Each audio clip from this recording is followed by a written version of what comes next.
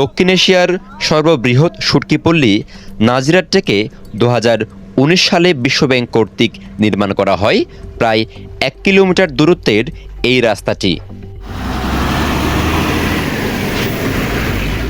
কিন্তু নির্মাণের পর থেকে কখনোই পরিষ্কার করা হয়নি গুরুত্বপূর্ণ এই সড়কের ড্রেনগুলো।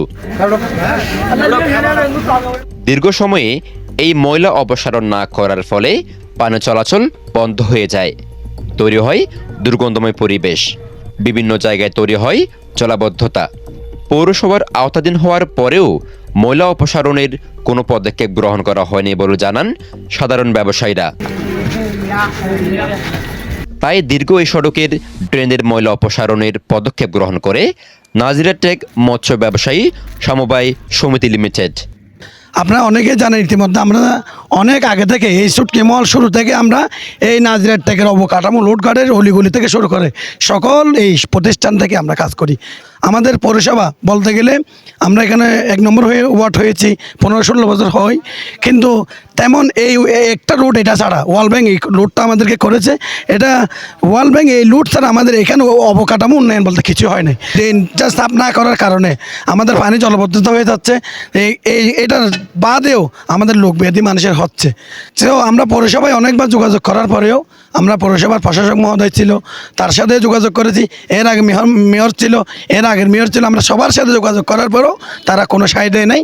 না দেওয়ার কারণে আমরা ব্যবসায়ী প্রতিষ্ঠানের আমাদের মাননীয় সভাপতি আকামনী আহমদুল্লাহ সাহেবের নেতৃত্বে আমরা এই শুটকি মলের ব্যবসায়ীদের সাথে নিয়ে আমরা এই ড্রেনের কাজ করার জন্য অলরেডি কাজ শুরু করে দিয়েছি। আমরা এই রাস্তাটা পরিষ্কার বাবদ আপনাদের কি পরিমাণ টাকা খরচ হতে পারে? আসলে এই ড্রেনটা আপনারা যে ড্রেন দেখতেছেন আপনি পুরোটাই ভিডিও করবেন। এই ড্রেন খরচ করতে গিয়ে আমাদের শ্রমিক ভাইয়ের আছে, ওনাদের থেকে শুরু করে আমাদের যেই ময়লাগুলো এটা অপসারণ করার যে কাজ, এটা আমাদেরকে করতে আনুমানিক 2-2.5 লাখ টাকা মতো খরচ হতে পারে আমাদের।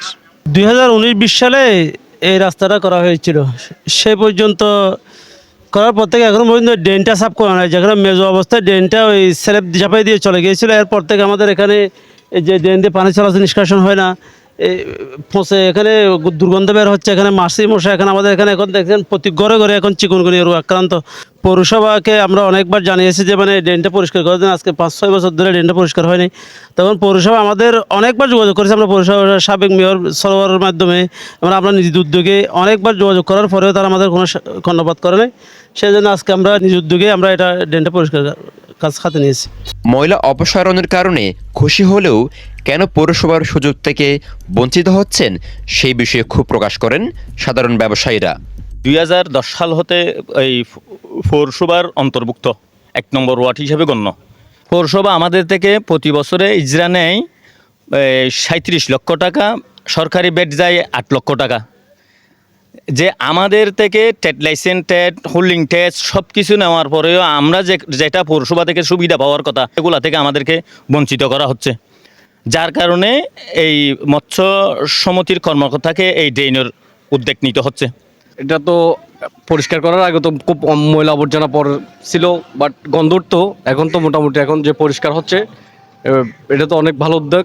বা যারা সমিতির কর্মকর্তা যারা আছে তাদেরকে ধন্যবাদ জানাই এত সুন্দর একটা উদ্যোগ নেওয়ার জন্য। নাজিরা টেক থেকে রবি হাসান, কেডিপি নিউজ, কক্সবাজার।